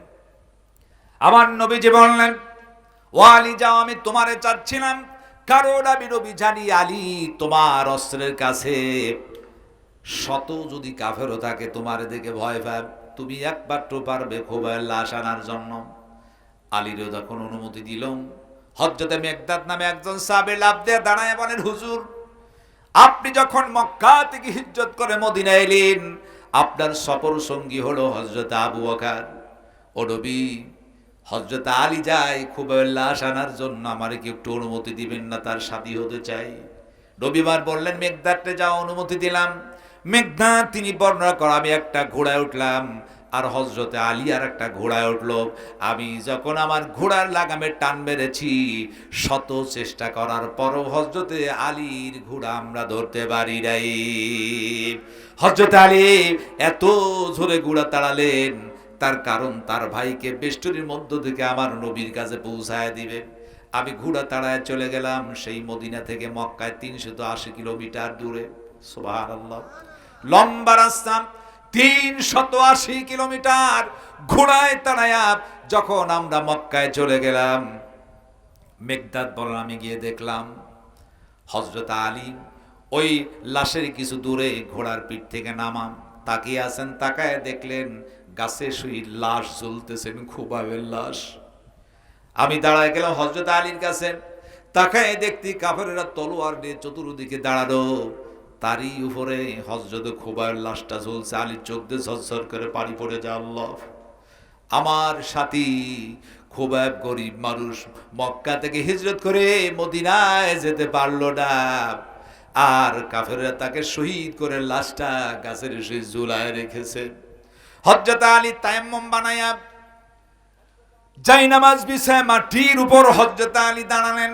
মেকদাদ বলেন, তিনি সিজদায় পড়ে কাঁদলেন আর আমার রব আল্লাহকে ডেকে বললেন, আল্লাহ তোমার কাছে আমি একটাই সাহায্য চাই, আমার নবী আমারে পাঠায়েছে, মেহেরবানি করে তুমি সাহায্য করো, আমি খুবাইবের লাশটা যেন সেখান থেকে না আমার নবীর কাছে পৌঁছায় দিতে পারি।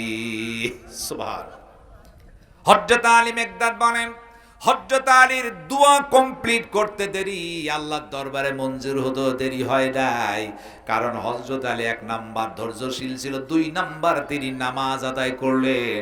কারণ আল্লাহ বলেন, ইয়া আইয়ুহাল্লাযীনা আমানুস্তাঈনু বিস-সাবরি ওয়াস-সালাত, তোমরা ধৈর্য এবং নামাজের মাধ্যমে আমি আল্লাহর কাছে সাহায্য চাও। হযরত আলী ধৈর্য ধরে গেলেন এবং নামাজ আদায় করে দোয়া করলেন, আল্লাহ দোয়া কবুল করলো। মেকদাদ বলেন, দোয়া কবুল হয়ে গেল, দোয়া কমপ্লিট হতে দেরি, আল্লাহর দরবারে মঞ্জুর হতে দেরি হয় নাই। আমি লক্ষ্য করে দেখলাম দোয়া কমপ্লিট হয়ে গেছে, এক খণ্ড মেঘ লেগে গেল, সাদা মেঘ। জোরে বলো সুবহানাল্লাহ। সাদা এক খণ্ড মেঘ লাগলো, নিচের দিকে নেমে এলো ভাসতে ভাসতে। ওই যে কাফেররা তলোয়ার দিয়ে ঘেরাও করে আছে গাছের উপর, আবার ভাই খুবাইবের লাশের উপর মেঘখণ্ড চলে গেল। সেখানে যাওয়ার পর মেঘের মধ্য থেকে ধোঁয়ার মতো বের হয়ে আসলো, ঘোর অন্ধকার হয়ে গেল। সুশীতল ঠান্ডা বাতাস যখন বইতে লাগলো, আমি তাকিয়ে দেখলাম অল্প সময়ের মধ্যে কাফেরদের চোখে ঘুম এসে গেল। প্রত্যেকটি কাফের হাতে যে অস্ত্র ছিল সব জমির উপর পড়ে গেল। সুবহান। এই কাফেরেরা বলল, খোবাইবের লাশটা কবর হতে দিব না, কারণ সে হচ্ছে অপরাধী। আমার আল্লাহ বললেন, ও কাফেরেরা শোনো, আমার বান্দা খোবাইবের লাশ তোমরা কবর হতে দিবে না। আমি আল্লাহ কুদরতি হাতে দায়িত্ব নিলাম, আমার বান্দা খোবাইবের লাশটা কবর হবে। কারণ আমার আল্লাহ যাকে মর্যাদা দেন কেউ তাকে বেইজ্জতি করতে পারে নাকি? অত ইজ্জু মান তাশা ওয়া তুযিল্লু মান তাশা। আল্লাহ যারে ইজ্জত দেন কেউ তাকে বেইজ্জতি করতে পারে না, যাকে বেইজ্জতি করেন কেউ তারে ইজ্জত দিতে পারে না। কথা বলেন ঠিক কিনা? আমাদের এই দেশেও ঠিক তেমনই ছিল। আমাদের দেশে সব চাইতে যিনি বড় হুজুর ছিলেন তাকেও যখন শহীদ করা হলো, বলে দেয়া হলো এর লাশটাও কবর দিতে দেওয়া যাবে না। কথা বলেন ঠিক কিনা? আজ আমাদের দেশে ইসলামী আন্দোলনের কর্মী যারা ছিল, অন্যায়ভাবে যুদ্ধ অপরাধী বলে ফাঁসির কাস্টে ঝুলায় যখন শহীদ করা হলো, আর ঘোষণা দিল অপরাধীদের লাশ কবরে দেয়া হবে না। আমার আল্লাহ বলেন, টেনশন করিস না, শুনে রাখ, আমি আল্লাহ কবরের ব্যবস্থা করব। কথা বলেন ঠিক কিনা?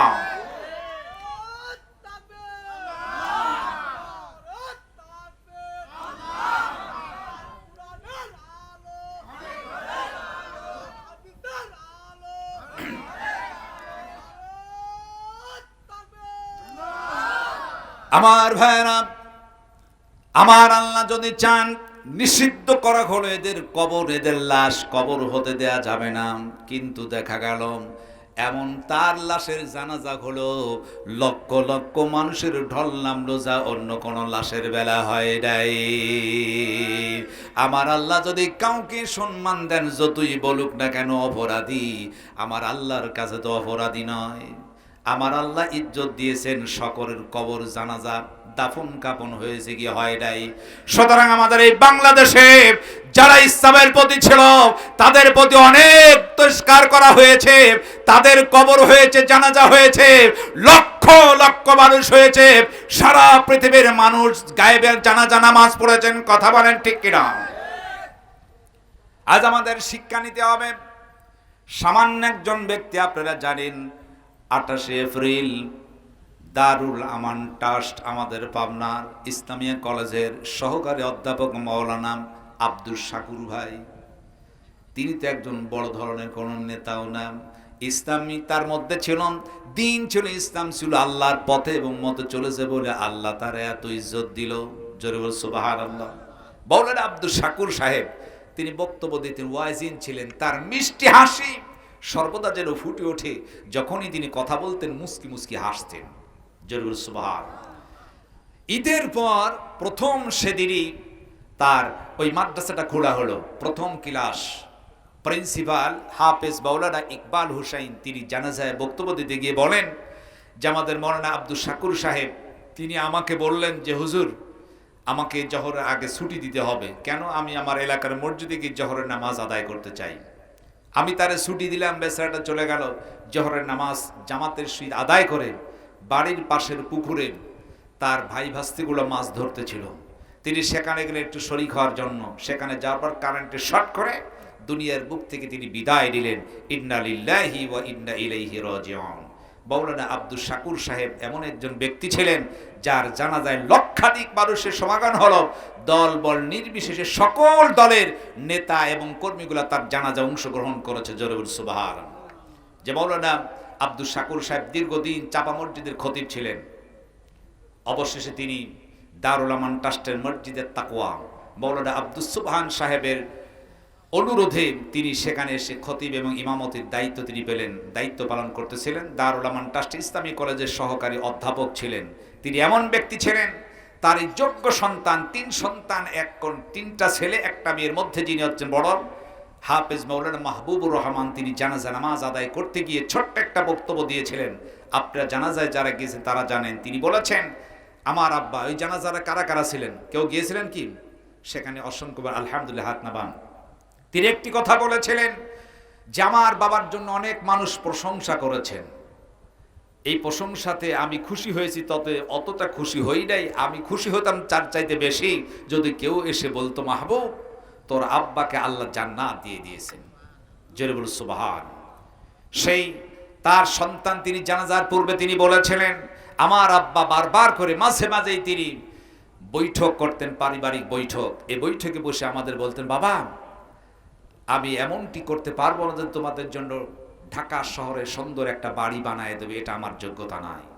আমি পারবো না এই পাবনার শহরের মধ্যে তোমার জন্য সুন্দর একটা বাড়ি বানিয়ে দিতে। তবে আমি তোমার বাবা হিসাবে মাওলানা আব্দুল শাকুর বলছি, আমি যেই কথাগুলো বলবো এই কথাগুলোর প্রতি যদি অবিচল থাকো, মানতে পারো, 100% গ্যারান্টি দিচ্ছি আল্লাহ রাব্বুল আলামিন তোমাদের জন্য জান্নাতে দামি বাড়ি বানায় দিবেন। জোরে বলুন সুবহান।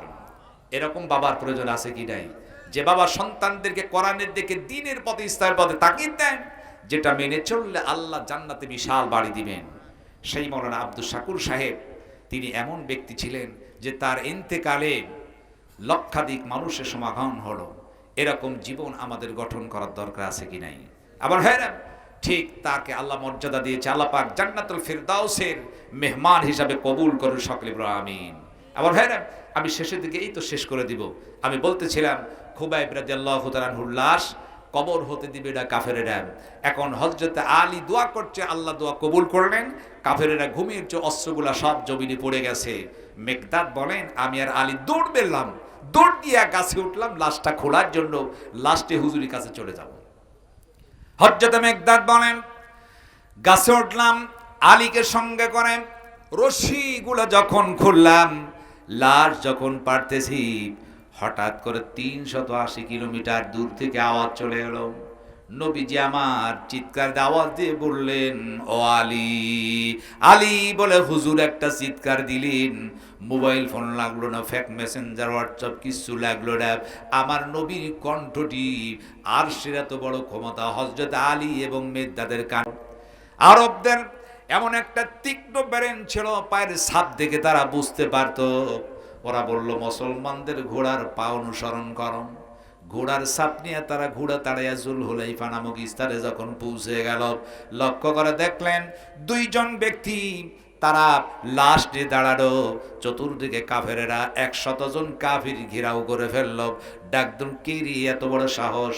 এই মুসলমানেরা শঙ্খভাবে লাশ নিয়ে যাচ্ছে, এত বড় সাহস? সে অপরাধী, এর লাশ কবর হতে দেওয়া হবে না, এত বড় সাহস কি নিয়ে যায়? খবরদার, আমরা তোমাদেরকে আটকিয়ে ফেলেছি, ছাড়বো না, তোমাদেরকে এমনি ভাবে হত্যা করে লাশটা গাছে এসে ঝুলিয়ে ফেলবো, লাশ নিতে দিব না। বারবার করে যখন বলছেন, হঠাৎ করে দেখা গেল হযরত আলী মুখের নেকাব টান মেরে খুলে ফেললেন, চেহারাটা উন্মুক্ত করে দ্ব্যর্থহীন কণ্ঠে চিৎকার দিয়ে বললেন, কাফেরেরা শোন, অন্য কেউ নয়, আমি হযরত আলী এখানে এসেছি। জোরে বল সুবহানাল্লাহ। হযরত আলীর চেহারা দেখার সঙ্গে সঙ্গে কাফেরেরা আলীকে দেখে ভয় করত, চমকে উঠেছেন। ওরে বাবার, ওরে মারে করে দৌড় মেরেছেন 30 জন কাফির। উল্টা দিকে দৌড়ায়, মক্কা থেকে দৌড়ায় জীবন বাঁচানোর জন্য। আলী তো মেরে ফেলবে। এক আলী অস্ত্র নিয়ে দাঁড়ালে 100 কাফির তার শহীদ পারত না। জোরে বলে সুবহানাল্লাহ। হযরত আলীর এত বড় সাহস, শক্তি আমার রব দিয়েছেন, কারণ তিনি হচ্ছেন মুসলমানদের জন্য। আমার আল্লাহ হযরতে আলীকে বাঘ হিসাবে পাঠালেন এই দুনিয়ায়। আলীকে দেখে ভয় পেয়ে গেল, কাফেররা পিছিয়ে গেলেন, কিন্তু তারা ছাড়ছে না বেষ্টনী।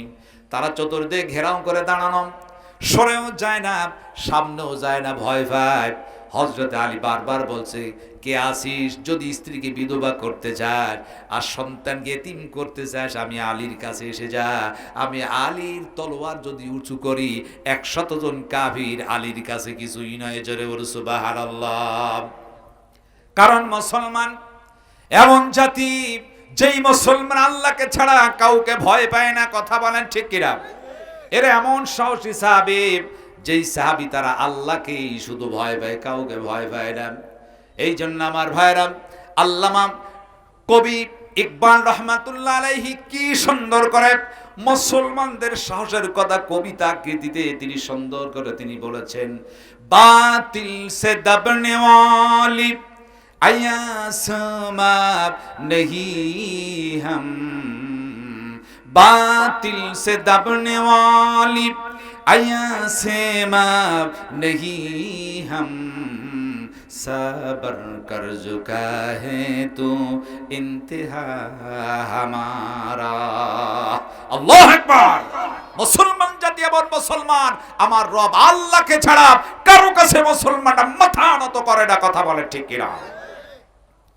আমার ভাইরা, খোবাবের লাশ নিয়ে হযরত আলী যখন বলেছেন, কাফেরেরা ভয় পায়। হযরত মেকদাদ বলেন, হঠাৎ করে একটা আওয়াজ চলে এলো। নবীজি আমার দ্বিতীয়বার ওই মদিনা থেকে আওয়াজ দিয়ে বললেন, আলী। আওয়াজ চলে এলাম, ও আলী শোনো, তোমার সিনা থেকে খোবাবের লাশটা খুলে ফেলো এবং আদবে সেই লাশটা মাটির উপর শুইয়ে দাও। হযরত মেকদাদ বলে, আওয়াজ যখন শুনতে পেলাম, হযরত আলীর সিনা থেকে লাশটি খুলে ফেললাম। লাশ খুলে হযরতে খোবাবের লাশটা যখন মাটির উপর রেখে দিলাম, কাফেরেরা চতুর্দিকে দাঁড়ানো, এরা মনে মনে ভাবতেছে ব্যাপার কি, লাশ মাটির উপর শুইয়ে দিল। কিছু সময় চলে গেল, হঠাৎ করে একটা বিকট আওয়াজ এলো। আওয়াজ হওয়ার সঙ্গে সঙ্গে দেখা গেল সামনে মাটি ফেটে বিশাল আকার একটা গর্ত তৈরি হয়ে গেল। জোরে সুবহানাল্লাহ। ওই কাফেররা চাইলাম খোবাব একজন অপরাধীর লাশ কবর হতে দিব না। আর আমার আল্লাহ বললেন, কাফেরেরা শোন, আমার বান্দা খোবাবের লাশটা অবশ্যই আমার আল্লাহর কুদরতি হাতে দায়িত্ব নিলাম কবর দেওয়ার জন্য। জোরে সুবহানাল্লাহ। বিশাল গর্ত হয়ে গেল। কাফেররা এখন ভয় থরথর করে কাঁপতেছেন। দ্বিতীয় আর একটি আওয়াজ হলো, বিকট আওয়াজে কাফের স্পষ্ট দেখতে পেল ওই যে খোবাবের লাশটা বাতাসের মতো উপরের দিকে উঠে গেল। ভাসতে ভাসতে হাওয়ায় উপরে উঠে ভাসতে ভাসতে লাশটির সামনের গর্ত নামক কবরের মধ্যে লাশটা চলে গেল। কাফেররা দেখলো ব্যাপার কি, লাশ অদৃশ্য হয়ে যায়, গর্তের মধ্যে চলে যায়। তৃতীয় আর একটি আওয়াজ হলো, সঙ্গে সঙ্গে কাফেররা দেখলো আস্তে করে মাটিটা এক হয়ে গেল। হযরত খোবাবের লাশটা সুন্দরভাবে কবরস্থ হয়ে গেছে। জোরে বলো সুবহানাল্লাহ। এই দৃশ্য দেখার সঙ্গে সঙ্গে 30 জন কাফির যেমন ওই দিকে পালালো, বাকি ছিল 70 জন।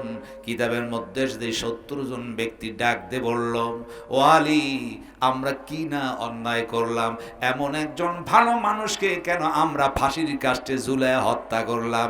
এটা আমাদের জন্য ঠিক হয় নাই, অন্যায় করেছি, আর দেরি নয়, এই মুহূর্তে কালেমা পড়ে মুসলমান হলাম। জোরে বলো সুবহানাল্লাহ। আমার ভাইরা, এই জন্য আজকে যাদেরকে ফাঁসির কাস্টে ঝুলায় শহীদ করে দেওয়া হয়েছে, এই জন্য আমরা দেখি অনেক মানুষ এখন আফসোস করে বলে, হারে এই মানুষটি এত দামি মানুষ ছিল, তাকে শহীদ করে দিয়ে না কি বা অন্যায় করা হলো। তাকে যদি না মারতাম এর চাইতে ভালো মানুষ তার হয় না। শত আফসোস করে ওই রকম মানুষ আর কোনোদিন খুঁজে পাওয়া যাবে না। কথা বলেন ঠিক কিনা? এই জন্য আমার ভাইরা মুসলমান, আজ ইতিহাস ভুলে যাবে না। আমি আপনাদেরকে বিনীত অনুরোধ জানাই, ফিরে আসতে হবে। একবারও ভয় করতে আল্লাহকে, আল্লাহর জমিনের দিন প্রতিষ্ঠার জন্য আমরা সীসা ঢালা পাঁচিলের মতো আমাদেরকে প্রতিরোধ থাকতে হবে।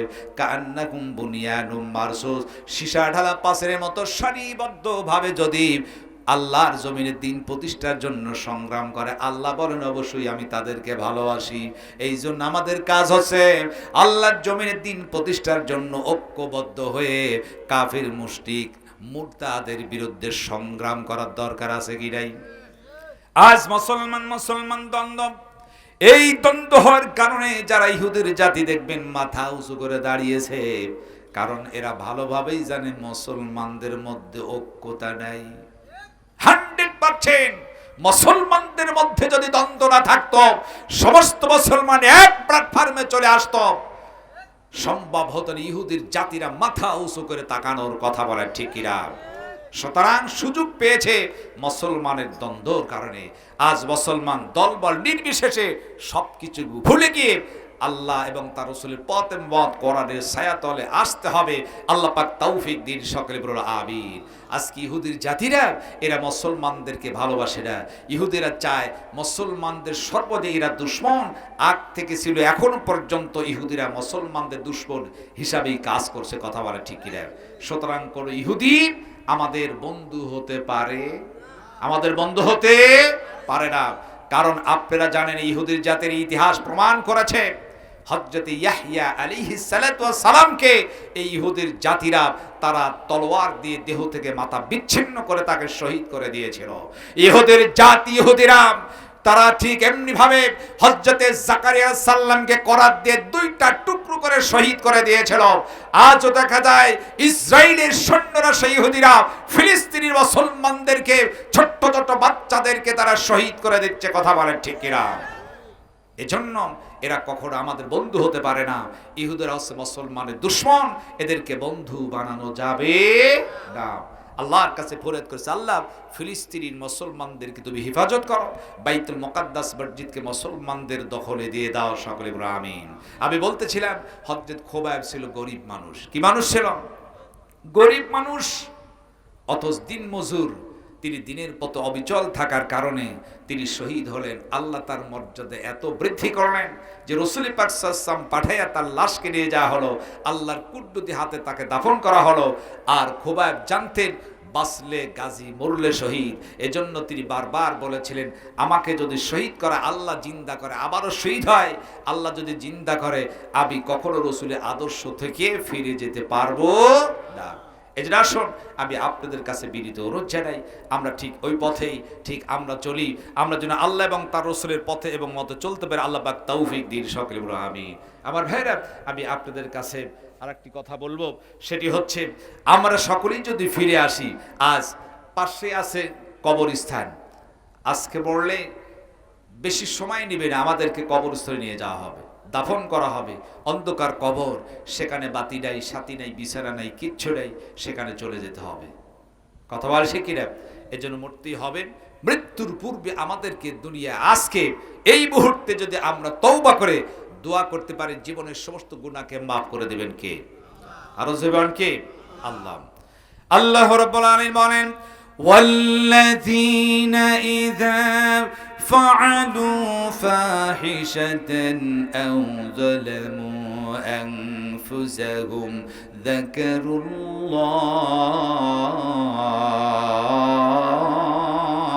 الله فاستغفروا لذنوبهم ومن يغفر الذنوب إلا الله।